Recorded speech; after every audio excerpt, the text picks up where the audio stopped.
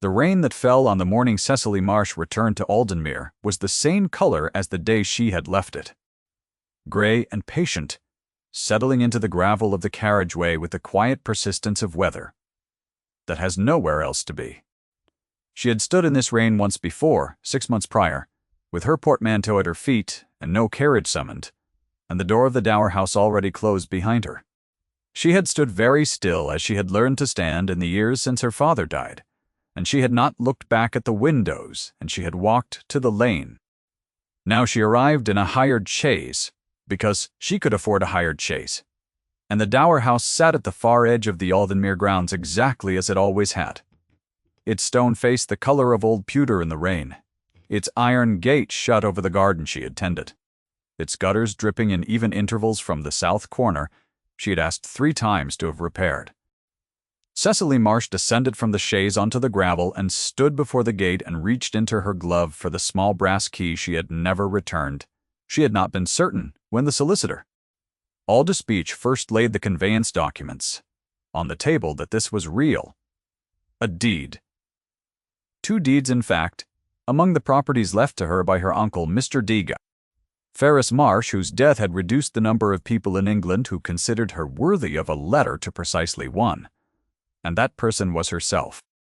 The dower house at Aldenmere, conveyed in 1798 by the 2nd Earl for the clearing of a debt, passing through 3 subsequent hands before settling into her uncle's modest portfolio, had been legally hers for 11 days before she stood at this gate in the rain holding its key.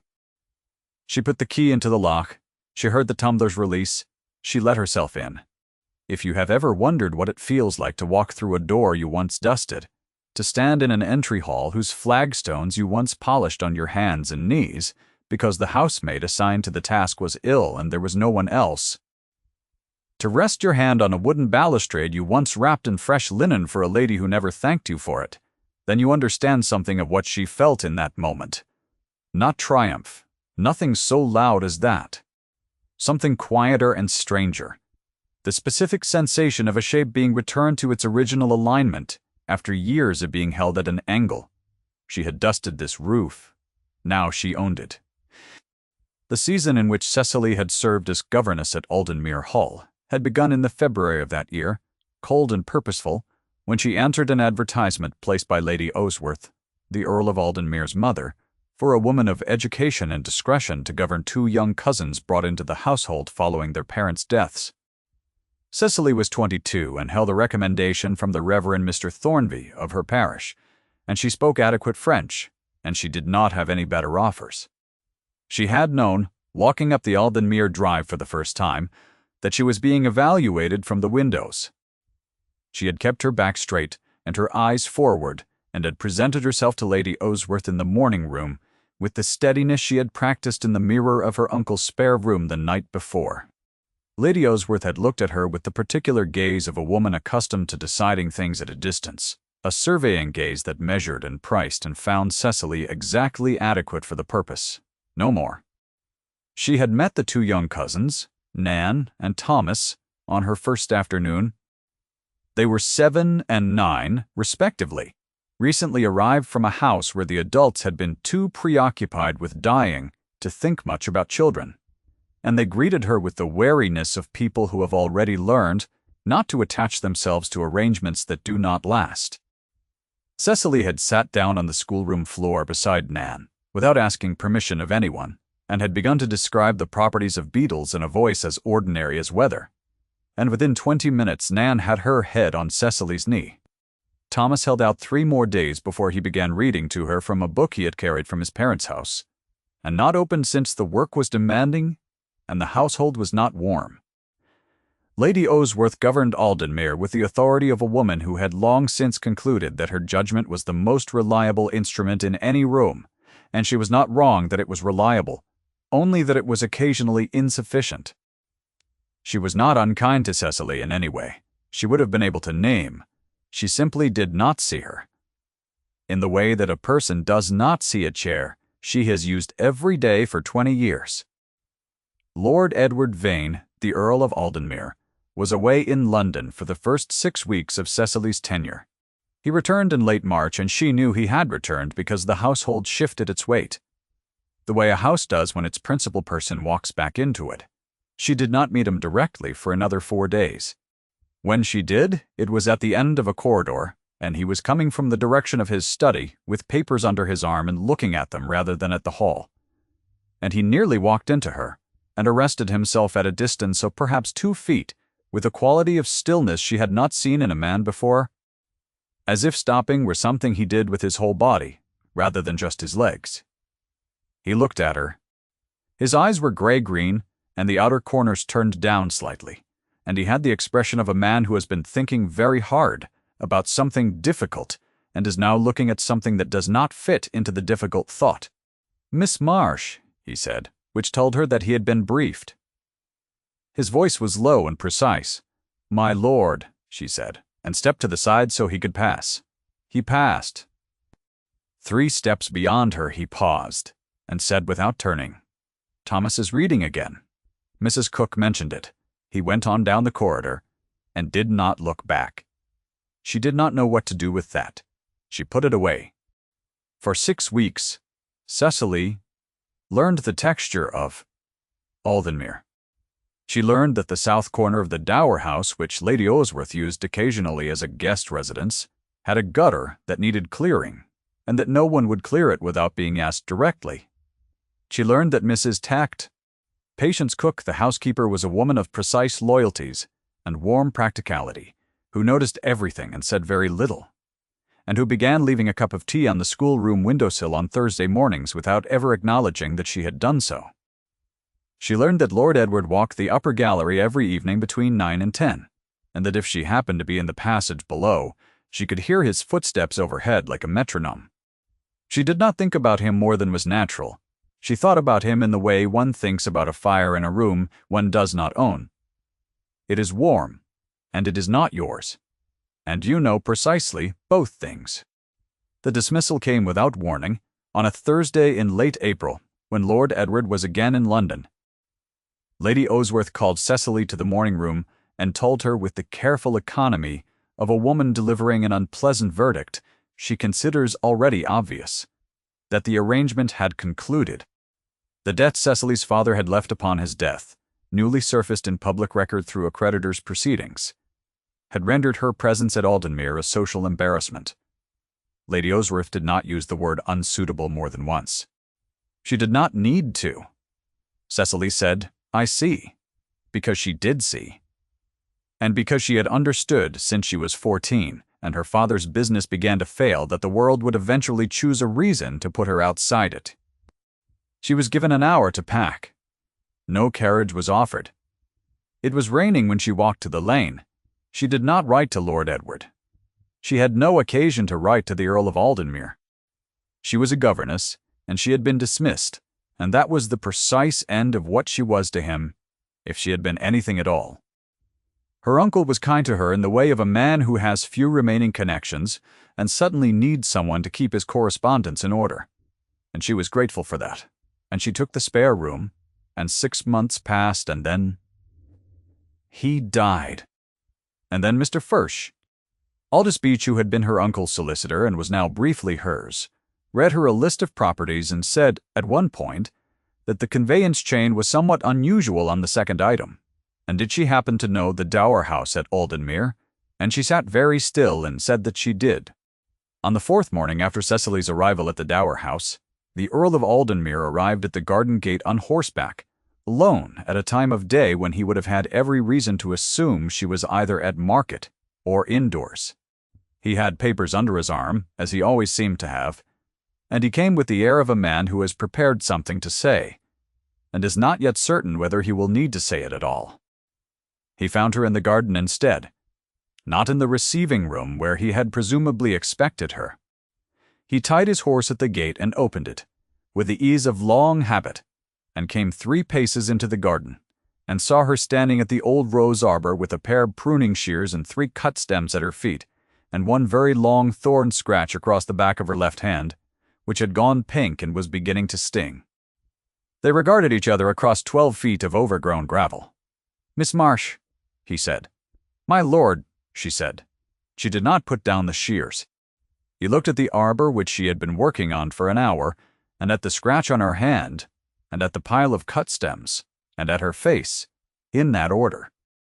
The gray-green eyes did not change their expression, which was the same expression she had learned in the corridor, the look of a man rerouting. "I had not expected," he said, "to find you at work." "You own the park," she said.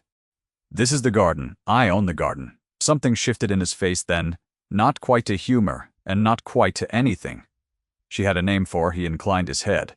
Once, as if conceding a point in a debate he had not known was taking place. He set the papers on the garden wall and said without preamble, "The well at the west boundary. It falls within the curtilage of the dower house as drawn in the 1798 conveyance. I would ask as a matter of estate practicality for access to continue as it has always been."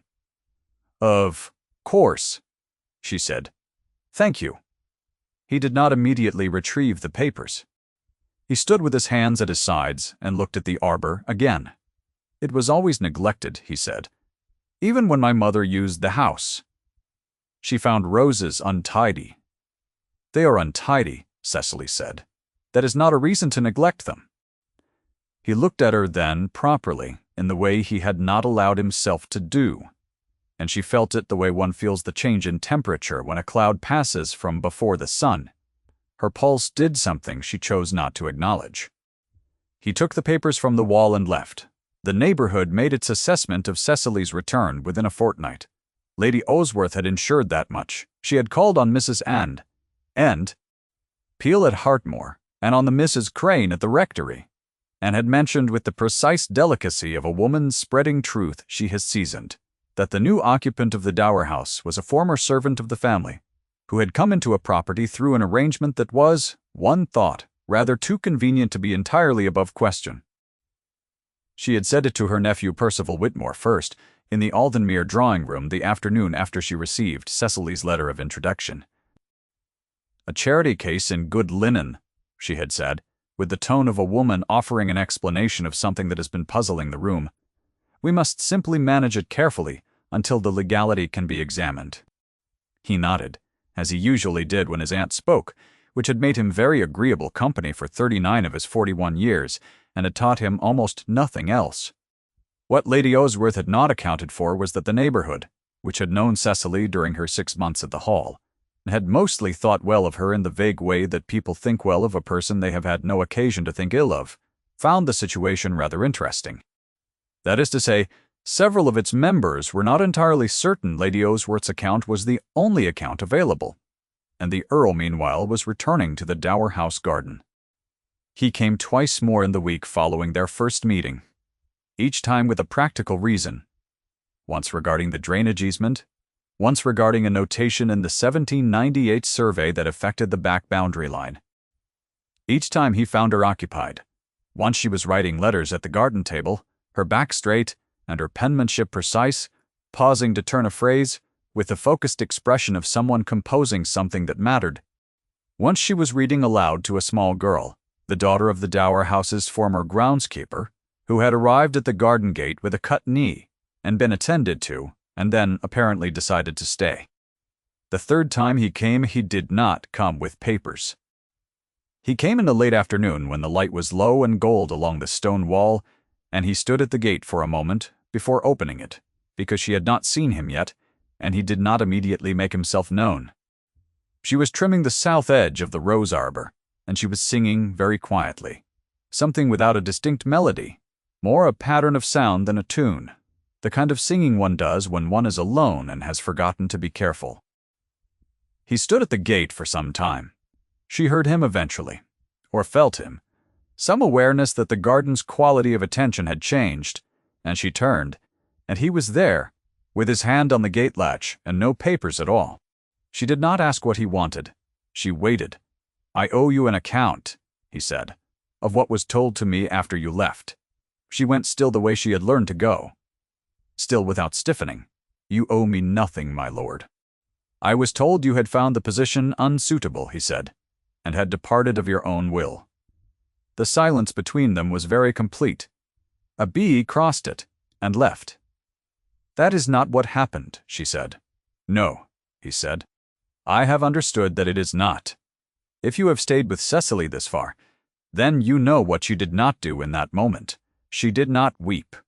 She did not demand an apology, or an accounting of how he had arrived at the truth, or an explanation of why 6 months had passed between the fact of her dismissal and his standing here at this gate. She simply looked at him with the hazel eyes that saw rather too much and said, "Mrs. Cook told you." "Yes," he said. "She is a very faithful woman," Cecily said, and turned back to the arbor. He came through the gate and stood near her, not quite at her shoulder, at the particular distance of a man who is choosing not to be closer, but is aware that he is not. She could feel the warmth of him against the cooling air. Her hand was very steady on the shears. "Cecily," he said. She had not heard her given name in his voice before. It stopped her completely, the way a hand on a shoulder stops, the full weight of it settling in her chest without warning. "My lord," she said very quietly. "There is a question I find I cannot frame," he said, without it sounding either impertinent or presumptuous, "and I will not, therefore, ask it now. What I will ask is, that you not consider yourself alone in this. Whatever comes next with the legal matter, which I expect will become rather more complicated before it becomes less." She turned to look at him, then because she had to. He was looking at the wall. His jaw was set, and the outer corners of his eyes were as they always were, and he was a man carrying a grief she did not yet know the shape of, and he was telling her something that was not the thing he meant, and she knew that he knew. She knew. "I was not afraid of being alone," she said. "I have been alone for some time." "I know," he said, and then without quite looking at her, "Come inside. The light is failing." She went. It was Mrs. Cook who told Cecily one morning in the second week about Dorothea. She did not offer it as gossip or as explanation, but as a fact she considered Cecily entitled to, in the way that a careful woman offers someone a map to a territory they are already walking. "Her ladyship died in January 2 winters past," Mrs. Cook said, setting a tray on the kitchen table at the Dower House, with the proprietary ease of a woman who considers all the kitchens on this estate to be substantially hers. "The child did not survive the night. His lordship was 3 days from London when the fever came, and he did not make it back in time." She folded her hands over her apron. "He has not put away the miniature he carried of her. I mention this not to prepare you for anything, Miss Marsh, but only so that you are not surprised if he seems sometimes very far from where he is standing." Cecily held the teacup in both hands and said, "I understand." "I thought you would," Mrs. Cook said, and left. She thought about him that afternoon in the way she had been trying not to. She thought about the way his voice changed register when he spoke about practical things, lower and more deliberate than when he was conducting himself as an earl, as though those were the moments he was most himself. The morning he had appeared at the gate with the question he would not ask, and had said her name instead. The specific quality of stillness he had when he was thinking something he had decided not to say. She sat at the garden table with her letters half written, and pressed her fingers against the back of her hand, where the thorn scratch had been already fading, and thought about a woman who had died in January 2 winters past, and a man who had not made it back in time. And she understood the shape of his grief the way one understands a room that has had all the furniture removed. Not what is there, but what is missing, and where it stood. She also understood, and this was the harder knowledge, that she had begun to want things she had told herself she did not want. Not the house which was already hers and had its own strange satisfaction. Something else, less nameable, and more inconvenient. The sound of his voice in the garden saying her name, the warmth of him not quite at her shoulder. The way he had stood at the gate a long moment before opening it, as if deciding something. She put her pen down, she picked it up again. She wrote to Mr. Sachs. Beach about the gutter on the south corner which still had not been repaired, and which would need to be addressed before winter. It was Percival Whitmore who moved first, and he moved, not out of spite, but out of a long-cultivated financial interest in the Dower House, which he had never abandoned. simply because the property had passed beyond his reach. He engaged a solicitor of his own, a Mr. Davenport of Gray's Inn, who examined the conveyance chain and produced a letter to Mr. Beach and to the Justice of the Peace, Sir Henry Blunt, asserting that a notation in the 1810 transfer was irregular and might constitute grounds for challenge. Lady Osworth did not arrange this. She also did not discourage it. Sir Henry Blunt, who was a methodical man with a strict regard for procedure, wrote to all parties that he would convene an informal hearing at the Dower House in 3 weeks' time to examine the documents in question. He wrote to Cecily directly, courteously, and with the careful language of a man who does not want to alarm, but wants to be precise. The morning after Cecily received Sir Henry's letter, Mrs. Cook arrived at the garden gate with a look that Cecily had not seen on her face before, a braced and careful look, and she told Cecily that Lady Osworth had been at the Crane sisters' dinner the previous evening, and had said, in the hearing of several persons present, including the Reverend Mr. Prabitus, Hollister and the elder Mrs. Peel, that the occupation of the Dower House by a charity case in good linen could only have come about through the kind of arrangement a respectable family must be very watchful of. She had said it with the confidence of a woman who had been saying this sort of thing about this sort of person for 40 years, and had never once been held to account for it. Cecily sat with this for the length of time it took her to understand it fully. Mrs. Cook poured tea. 3 days before the hearing, the emergency injunction arrived. Mr. Davenport had been more expeditious than Mr. Beach had anticipated. The injunction required Cecily to vacate the Dower House, pending the resolution of the proceedings, on the grounds that the validity of the deed was materially in question, and that continuing occupation by the claimant might prejudice the case. Mr. Beach came in person to explain it. He was a young man of earnest aspect, who understood the law with greater precision than he understood human beings, and he explained carefully that vacating did not mean conceding, and that the conveyance chain he had assembled was extremely sound, and that Sir Henry Blunt was a fair man who would look carefully at the evidence. He said all of this with the good faith of someone who believes that the right outcome will inevitably announce itself, and Cecily thanked him and showed him out. She stood in the entry hall a long moment, the flagstones she had polished, the balustrade she had wrapped in linen, the window at the end of the corridor that let in a long, thin stripe of gray November light. She went out into the garden, because the garden was where she went when she needed to be somewhere. The walls could not hear her, and she stood at the rose arbor in the rain, and she thought about a lane she had walked to with her portmanteau 6 months ago, and the rain fell on her, exactly as it had then, exactly as patient and gray and indifferent, and she was very tired, in a way that had nothing to do with sleep. She did not weep. Not quite. She pressed the heels of her hands against her eyes and stood in the rain and breathed until the worst of it had passed through her, and then she went inside and wrote 2 letters. The first was to Mr. Beach, asking if she might remain as a guest in the house while the proceedings were pending, since vacating and residing in an inn would be both a hardship and an admission she was not prepared to make. The second was to Lord Edward, Earl of Aldenmere, informing him of the injunction and asking for nothing at all. Lord Edward received the letter the same evening it was sent. Mrs. Cook had it carried to the hall directly. He read it at his desk, and then he sat for some time looking at the window, and then he called for his horse. He did not arrive at the Dower House that night.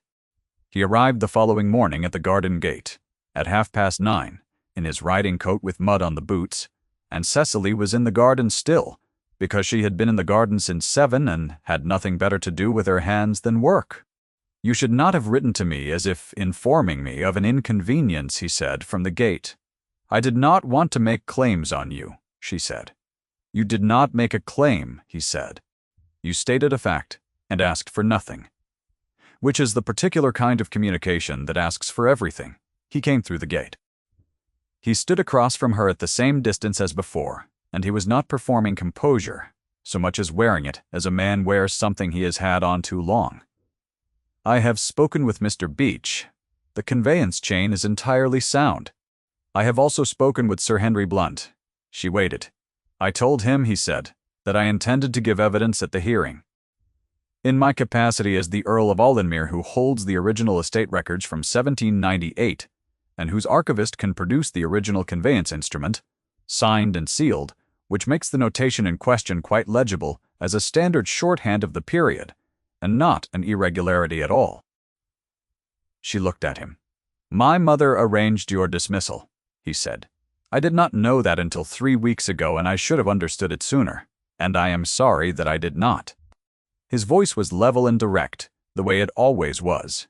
But beneath it, something had been laid bare that was not usually visible. "I am not in a position to undo what was done. I am in a position to be here now."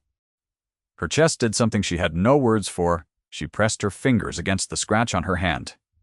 Long-healed, and felt nothing. And the absence of the sensation where it had been was itself a kind of answer. "Edward," she said, because she had to. Because she had been given his name in a corridor 6 months ago, and had never used it, and now it was necessary. And he went very still. "Yes," he said quietly, as if she had said something quite different. As if she had said, "I see you." As if she had said, "The grief you are carrying has a shape I know." "Thank you," she said. He looked at her for a long moment, and then said, "Come in, out of the garden. It is too cold." She went, and this time, when they went inside together, the house felt like a different kind of house than it had when she walked through it alone. The hearing was held in the Dower House receiving room on a Thursday morning in November. Sir Henry Blount occupied the central chair with the measured gravity of a man who understands that his function is to be a fixed point in a room full of motion. Mr. Beach sat at the table with his documents. Mr. Dix Davenport sat across from him with his. Whitmore occupied a chair near his aunt and studied the ceiling with the expression of a man reassessing his position. Lady Osworth arrived precisely on time, in her deep burgundy gown with her pearl necklace and her fan held at its usual measured height, and she took the chair to the left of her nephew and arranged herself with the practiced ease of a woman who has been the most important person in every room she has occupied for the past 30 years. She did not look at Cecily immediately. When she did, the look was brief and calibrating, and her chin tilted at its habitual angle as if already composing the appropriate social response to an expected outcome. Then the door opened, and Lord Edward walked in. He was in his formal coat, navy-fitted tailcoat with a high collar, and a white cravat precisely tied, and he walked to the chair beside Cecily and sat down in it, and Lady Osworth's fan stopped moving. Sir Henry Blount called the proceedings to order. Mr. Davenport made his argument about the notation in the 1810 transfer. Mr. Beach made his response, laying out the conveyance chain from 1798 to the present with the clarity of a young man who has spent 3 weeks making himself extremely certain of his facts. Lord Edward's archivist, a Mr. Henning, who had ridden from Aldenmere that morning with the original conveyance box, placed the 1798 instrument on the table and explained the notation in question in 9 methodical sentences that left Mr. Davenport with very little remaining to stand on. Whitmore studied the ceiling. Sir Henry Blount examined the original instrument. He examined Mr. Beach's chain. He looked at Mr. Davenport. He said, with the precise economy of a man who does not enjoy long hearings, that the claim as presented appeared to rest on a misreading of standard period shorthand, and that he found the conveyance valid, and the deed sound as presented. Lady Osworth rose from her chair. She said, "The matter is not simply one of notation. The manner in which this property came to be in the hands of the current claimant is itself a question that the law alone cannot settle to the satisfaction of those who know this family and its interests." He did not raise his voice. He did not cross the room in anger.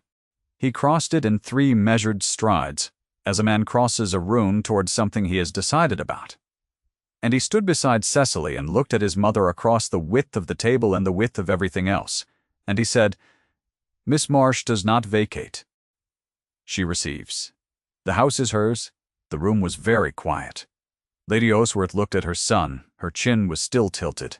And then it was not, and for a moment she was simply a woman looking at a fact she had not been able to calculate for.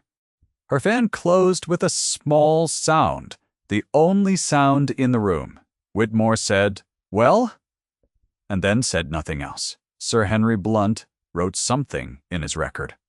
Lord Edward turned from the table and looked at Cecily, and she looked at him, and the distance between them in the room was the length of a decision already made that neither of them had named, yet, and his hand rested on the table near hers, and she turned her hand over and he took it. Not urgently. Not with the force of a declaration, though it was that. Slowly, as if this were a thing that had already been happening for some time, and they were only now letting it be visible.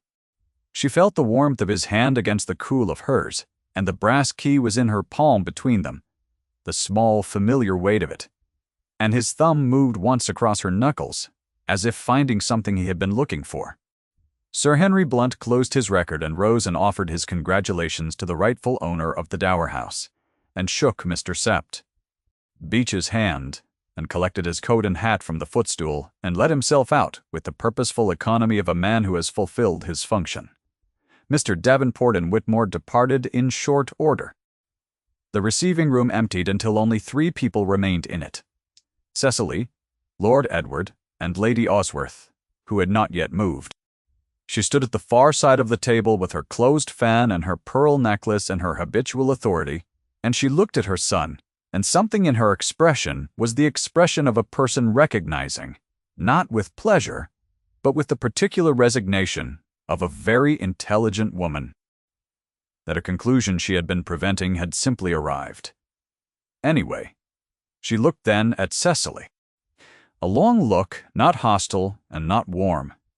The look of one precise woman measuring another across the length of a room they have both occupied in very different capacities. "Miss Marsh," she said at last with the formality of an initial address, which was what it was. "Lady Osworth," Cecily said. There was a moment, and then Lady Osworth walked to the door with her back straight, and her chin restored to its habitual angle, and she went out, and the door closed behind her, and the receiving room was quiet. Lord Edward looked at Cecily. He was still holding her hand. "Are you well?" he said. "Yes," she said. "I should like," he said, "carefully to call on you properly. Tomorrow morning, if that is acceptable, and every morning following, until the arrangement becomes something more specific." Something in her chest opened quietly, like a room that has been shut a long time and is now letting in the air. "Every morning," she said, "would be quite acceptable." He lifted her hand very briefly, the brass key and all, and pressed his mouth to her knuckles. And then he let go, and he said, "I will let myself out," and he walked to the door, and at the door he paused and turned, and for a moment he simply looked at her standing in the receiving room of the house she owned, the light catching the edge of her green Spencer jacket and her steady hazel eyes, and the small mole at the left corner of her mouth, and whatever he saw, it was enough. The door closed. Then she went into the kitchen and put the kettle on and sat at the kitchen table and looked at the brass key in her palm. She had kept it, without being entirely certain why. It was small and worn at the bow where many hands had handled it across many years, and it had belonged to the garden gate, and she had carried it in her glove for 6 months through the rooms of her uncle's house, and the meeting with Mr. Plamper Beech and the hired chaise through the rain, and she had used it to let herself in on the morning she came back, and now she sat at the kitchen table of the house. She owned and held it in her palm and understood why she had kept it. Not because it was useful, though it had been, because it was the only thing she had of this place during the month she was outside it. Because a key to a gate you are not permitted to enter is a different object than a key to a gate that is yours, and she had been carrying one and arrived with the other, and somewhere in the 6 months between those 2 mornings, the key had not changed, but she had. November brought the first hard frost to the garden, and with the frost came a stillness that settled over the grounds like fine linen, and the roses that Cecily had spent 3 weeks trimming stood at their proper proportion along the arbor cleared of the season's deadwood and ready for what came next. The south corner gutter had been repaired at last, a fact she mentioned to no one, but noted with a quiet satisfaction she allowed herself without apology. Lord Edward called the following morning, as he had said he would, and the morning after that, He did not call with papers. He called with the deliberate simplicity of a man who has made up his mind and is not accustomed to being slow about executing what he has decided. And on the third morning he arrived in time to find her in the garden again, and she heard the gate open and felt the particular quality of attention shift that meant it was him. And she turned without being surprised. He crossed the garden to her and stood very close, and said with the same level voice he used for practical things, "I am going to ask you to marry me." "You are going to ask, or you are asking," she said. Something in his face moved, almost to warmth, very nearly to the expression Mrs. Cook had mentioned, the single brief expression he almost never permitted. "I am asking," he said. She looked at him.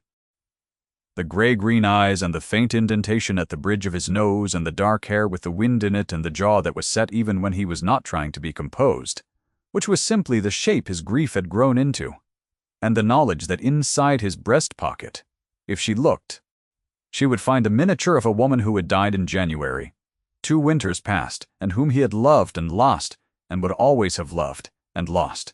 She did not need him to put the miniature away. She needed him to carry it, and be here anyway. And he was. "Yes," she said. He took her hand, and the brass key was between them again, pressed between her palm and his, and he curled his fingers around hers and around it, and held on. She looked at the garden, the repaired gutter, and the trimmed roses and the gray stone wall catching the last of the November light. The gate she had opened, with this key, on a morning in the rain when she came back to a house she had left in a lane carrying everything she owned. The house was warm behind them. Inside, the fire Mrs. Cook had laid was burning at an even pace in the kitchen hearth, and the kettle was on, and there was no one in any of the rooms who would tell either of them. They did not belong there. She pressed her hand into his and felt the key between them, small and warm from being held so long, and she thought, "This is what it feels like to come in from the rain, not the sudden warmth of it, the slow realization, some moments after, that you are dry." If this story has moved you, leave a word for Cecily in the quiet of the comment below. She has waited long enough to be heard. The kettle began to sound from the kitchen, low and steady, and neither of them moved to answer it, and the garden was still around them, and the November light held as long as it could before it let go.